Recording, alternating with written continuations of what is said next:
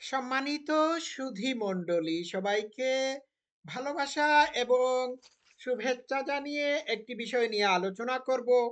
আজকের আলোচ্য বিষয় হলো যে কিভাবে সম্মান অর্জন করবেন, হাউ টু আর্ন রেসপেক্ট। আপনি কখনোই বা কোনো অবস্থাতেই সম্মানিত হবেন না যতক্ষণ না আপনি পাঁচটি জিনিসকে পাঁচটি খারাপ জিনিসকে আপনার জীবন থেকে পরিহার করবেন। সম্মান কিন্তু অর্জন করতে হয়, সম্মান আদায় করা যায় না। এটি কোনো ট্যাক্স না বা পাওনা টাকা না যে আপনি আদায় করতে যাবেন। এটি আপনাকে পেতে হবে। যারা আপনাকে সম্মান দিবে তারা নিজেদের অন্তর থেকে স্বইচ্ছায় আপনাকে সম্মান দিতে হবে। ঠিক আছে? তো সোনাদানা যেভাবে কিনা যায়, অর্থাৎ মূল্য দিয়ে সোনাদানাকে কিনতে হয়, এইরকম সম্মানকে আপনি মূল্য দিয়ে কিনতে পারবেন না। ঠিক আছে? সম্মান সম্মান পেতে হলে আপনাকে এটিকে অর্জন করতে হয়। কেউ কাউকে ফ্রি কোনো কিছু দান করতে পারে না। সম্মানটা এইরকম, এটি অর্জিত হয়। তো এটি অর্জন করার জন্য আপনাকে যে কাজগুলো করতে হবে প্রাথমিক ধাপে, সেই কাজগুলো হচ্ছে সেলফ ডিসিপ্লিন, আবেগ, ইমোশনকে কন্ট্রোলের ভিতর রাখা, এইসব এইসব বিষয়াদি। ঠিক আছে? তো যদি সেলফ ডিসিপ্লিন না করতে পারেন, নিজের খারাপ অভ্যাসকে দূরীভূত না করতে পারেন, তাহলে আপনার সম্মান নষ্ট হওয়ার সম্ভাবনা রয়েছে। তো পাঁচটি খারাপ অভ্যাস বা খারাপ জিনিস বা হ্যাবিট সম্মানকে নষ্ট করে দেয়। তো এই পাঁচটি জিনিসকে ওভারকাম করতে হয়, এবং এই পাঁচটি জিনিসকে ওভারকাম করে পাঁচটি জিনিসের মাধ্যমে সম্মানকে অর্জন করতে হয়। নাম্বার ওয়ান, আপনি কোনো অবস্থাতেই আপনার অবস্থানকে অন্যের দ্বারা জাস্টিফাই করবেন না। দুর্বল মানুষরা কনস্ট্যান্টলি নিজের অবস্থানকে, নিজের সিচুয়েশনকে অন্য মানুষের কাছে এক্সপ্লেইন করে বা ব্যাখ্যা বিশ্লেষণ করে।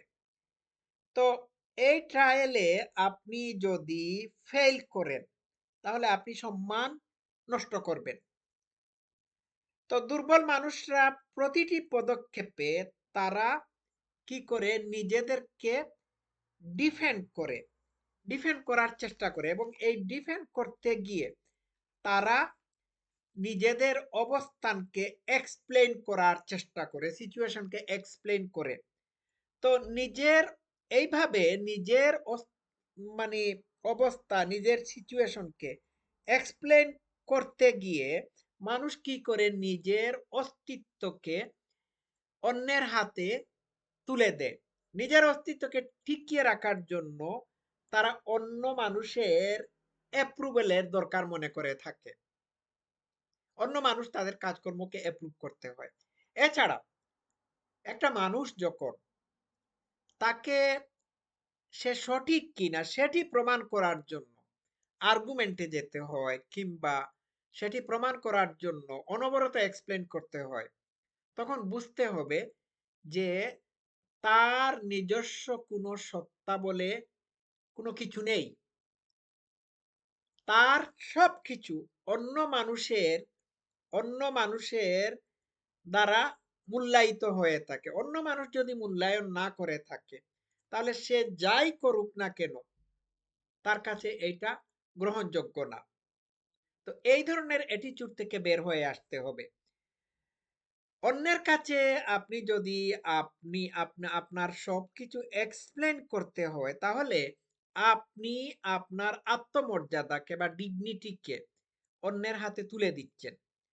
স্ট্রং মানুষ সব সময় রিজনের মাধ্যমে চলাফেরা করে। হুম রিজনের মাধ্যমে চলাফেরা করে, সে একজন স্ট্রং, মজবুত, শক্তিশালী মানুষ বা শক্ত মনের মানুষ কোনো অবস্থাতেই পাবলিক অপিনিয়নের দ্বারা পরিচালিত হয় না। সমাজের 90% মানুষ যদি নিম্ন রুচির মানুষ হয়ে থাকে, তাহলে তারা আপনার ভালো রুচিকে কোনো অবস্থাতেই গ্রহণ করবে না। তাহলে তাদেরকে খুশি রাখার জন্য কি আপনি আপনার ভালোটা ত্যাগ করবেন? Decision is years. Number 2, number 2, লাগাম ছাড়া, হ্যাঁ, জীবনযাপন আপনার সম্মানকে নষ্ট করতে পারে। আপনি লাগাম ছাড়া কথাবার্তা বলতে পারেন না। অন্যের অ্যাপ্রুভেল আপনার দরকার নাই। আমি আগে বলেছি। কোনো বিষয়ে আপনি কোনো কোনো অপিনিয়ন না দিলেই হয়। যে জিনিসটি আপনার সাথে সম্পৃক্ত না, সেই জিনিস সেই জিনিসের ব্যাপারে কনসেনট্রেট করলে পরে নিজের কাজটা হাসিল হয় না। আচ্ছা, তো সম্মান কিন্তু নষ্ট হয় লাগাম ছাড়া কথাবার্তা বললে পরে। মুখে যদি লাগাম আটা না থাকে, তাহলে মুখ দিয়ে যা বের হয় তাই যদি বলে ফেলেন, তাহলে আপনার সম্মান নষ্ট হতে পারে। এটা মুখের কথা হচ্ছে তীরের মতো। তীর যদি একবার আপনার হাতের নাগাল থেকে চলে যায়, ওইটা আর আসে না। আপনি যে কথাগুলো বলছেন, এই কথাগুলো আপনি বলার পরে এটিকে আর না বলা বানাতে পারবেন না। ঠিক আছে? ওটা বলা হয়ে গিয়েছে। বন্দুকের গুলি যেভাবে ছুড়ে দিলে, বন্দুকের গুলি যেভাবে বন্দুক থেকে কোনো জায়গায় ছুড়ে দিলে পরে ওই গুলি আবার বন্দুকের ভিতর আসে না। আপনার কথাটা হচ্ছে ঠিক একই রকম। তো এটি ডিসিপ্লিন না থাকলে এই জিনিসটি হতে পারে।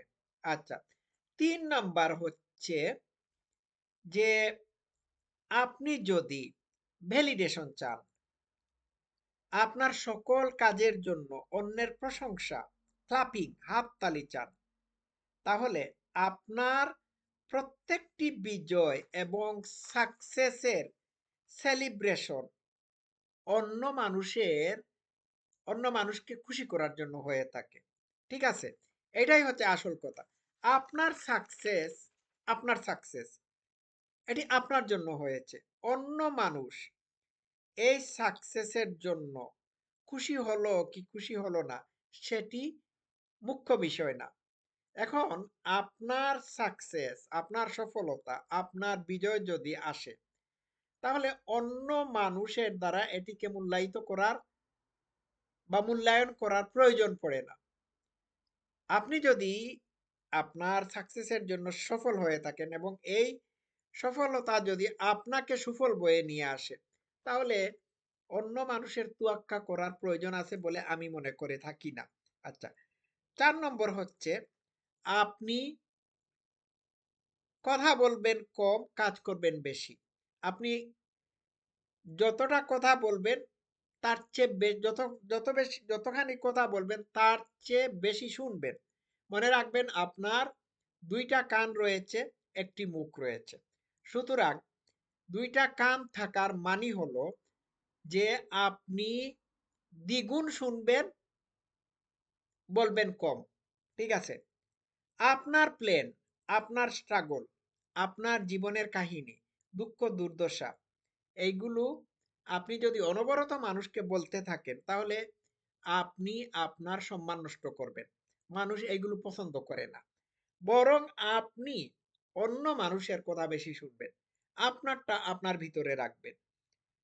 ৫ নাম্বার হচ্ছে আপনি যদি চান যে প্রত্যেক মানুষকে আপনি সন্তুষ্ট করতে হবে, তাহলে আপনি কাউকেই সন্তুষ্ট করতে পারবেন না। যে মানুষটি চায় সবাইকে সন্তুষ্ট করতে, সে মানুষটি কাউকেই সন্তুষ্ট করতে চায় না, করতে পারে না।